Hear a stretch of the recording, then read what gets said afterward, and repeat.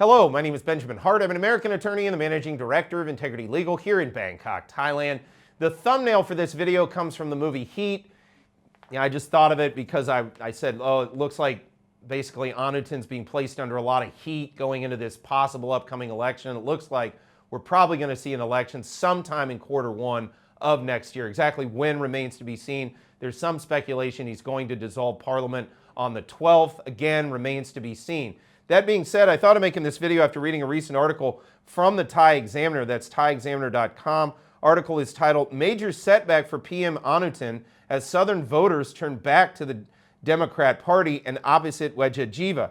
Now, look, I don't have any problem with opposite, but I think that this headline is just wildly off base. I mean, if you've been following Thai politics with any frequency in the past few weeks, the fact of the matter is the UTN, which just made major gains down in the South, and frankly, the Democrats had a terrible showing in the last election, both in Bangkok as well as in the South, up against UTN. They effectively merged with Boomjai Thai. So, you know, this notion that the Democrats are coming in as some sort of like, I don't know, battering ram or something, it's like, well, yeah, you know, I mean, what's that line from Infinity War, I think it was, where Thanos is talking to Loki, and Loki says, I have experience. And he says, well, if you call failure experience, I mean, no offense to the Dems here, but their last outing at the polls was bad. Okay, now I'm optimistic for them that opposite can, you know, forge together a new platform and forge together a new party that can turn things around. But that said, they got a long road to hoe. You know, I mean, this, and the Democrats had all kinds of internal factionalism, it seemed like. I commented on this, the fact that the exec board and the party membership, the folks who are actually in the parliament, I think there was a lot of disconnect between, you know, those things, especially back during when we were watching the sort of rump coalition just be held together by spit and duct tape, you know, in the final weeks of the last government before we saw it sort of reconstituted under Anutin. That being said, the point I'm trying to make is you know, Anutin just seems to be receiving heat from a ton of different sides. People have been, I think Big Jokes now even come out and said that he failed, you know, involving the floods down in Hat Yai. And it's like, failed at what? I mean, this just happened. He's just now responding. Anutin himself, I actually did a video we ultimately trashed because it didn't feel right. The tone of it, and I didn't quite feel like it was covering anything. It was just sort of immaterial.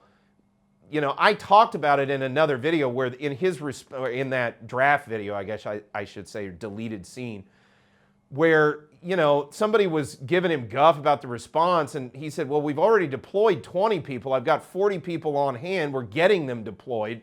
You know, on multiple scenes. Again, I'm not trying to necessarily just defend him because I have serious problems with this government. I have videos upcoming. You know, they've been talking New World Order nonsense, this kind of globalism stuff. That said, it's more been coming from folks within the cabinet and the periphery around Anutin. I'm curious as to how much he's into all that, especially in light of the fact that he touts national sovereignty to the level he does. So my hope is he's going to stick to that refrain because our national sovereignty here in Thailand is very important. I mean, it's arguably one of the most important things that we need to constantly be aware of and protect for our own safety as a nation. You know, but that being said, he's been receiving a lot of flack. Now, politics is politics. He's the PM. People are gonna give whoever's in that chair some flack. But a lot of it, I think, is somewhat disingenuous. Like, for example, from the Puatai quarter in Parliament, there seems to be this underlying, oh, you're not handling the border crisis well. It's like they're trying to gin up this narrative against him on the border crisis. And it's like, you mean that thing you guys caused that he's having to clean up the mess on? Yeah, I mean, reasonable people can maybe disagree, but, you know, I can't fault him, especially he's only been in 6 weeks. You know, I mean, he didn't get on the phone to Hun Sen and, you know, basically sell the place out. You know, so what are we talking about at the end of the day? You know, meanwhile, again, some of the criticism is that he's not, I guess, I don't know, hawkish enough or something. This is a fine line to walk.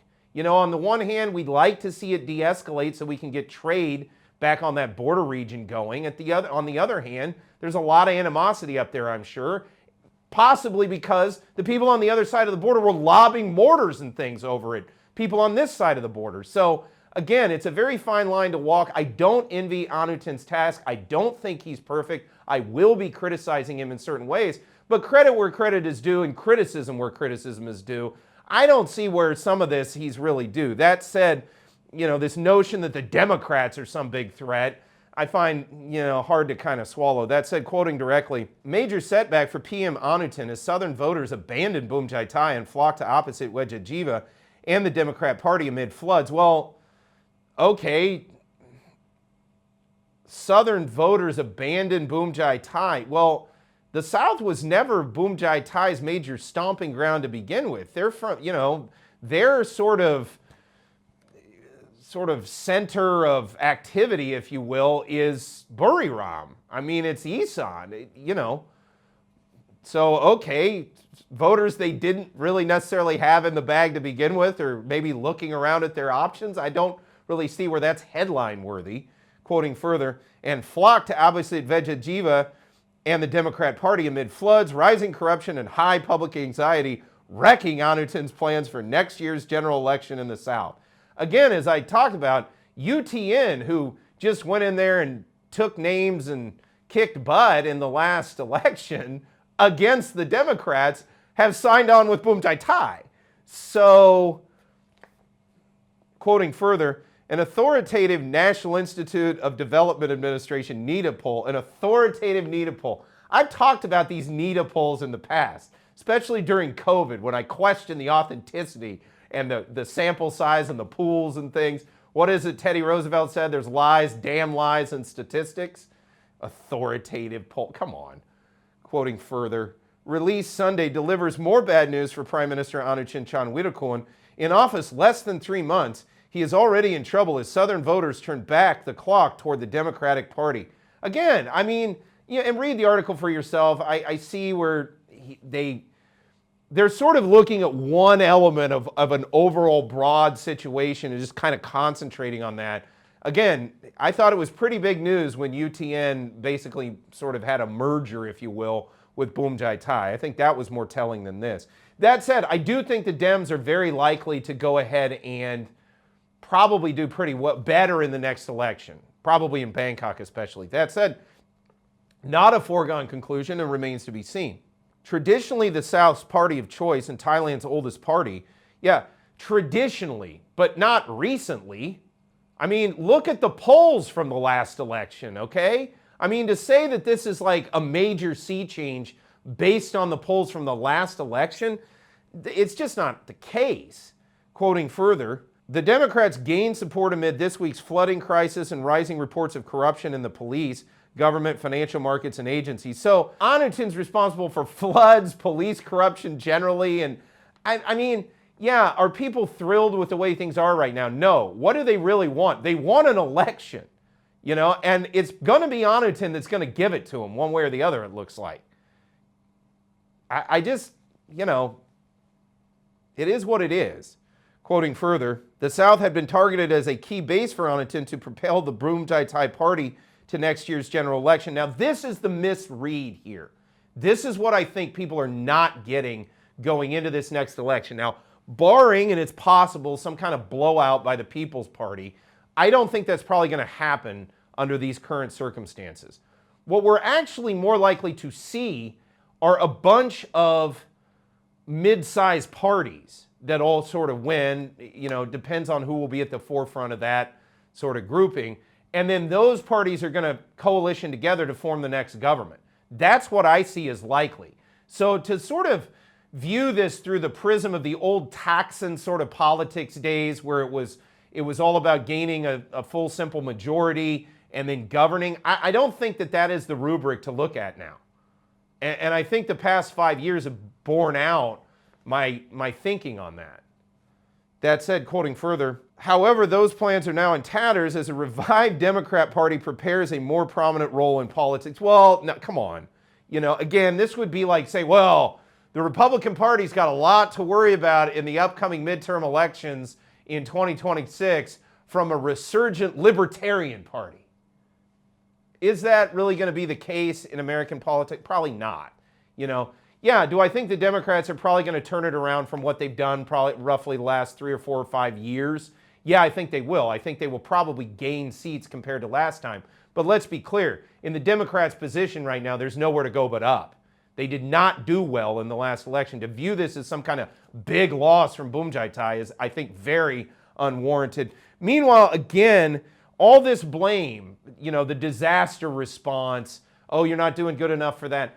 I just think it's kind of undue. I mean, he's been down there. The photo, you know, we'll go ahead and the photo is, I'll put this photo up from Bangkok Post in the video because I'm using the thumbnail. But, you know, I mean, he's down there.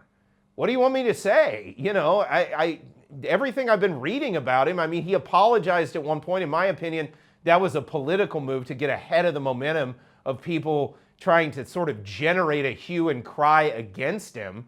But he's been down there. They've moved with alacrity to deal with the floods. It's not something that's easy to deal with. I mean, my question is, okay, if he's doing such a bad job, what's your idea? What, you know, who are these people? What is it that line from Teddy Roosevelt? It's not the man in the arena, or it is the man in the arena that's important. It's not the critic, the spectator, the person who's on the sidelines. I mean, it feels a lot like that right now. Now, again, I'm not saying this government's perfect. I have my criticisms of it, especially as it pertains to a lot of this, again, these continuing narratives of we need to be worried about our standing in the world and global whatever. As far as I'm concerned, Thailand needs to be most concerned with national sovereignty and taking care of this country. And it appears to me Anutin overall does actually care about those issues. Now, that said, it remains to be seen how all this plays out. So we'll certainly be keeping you updated on this channel as the situation evolves.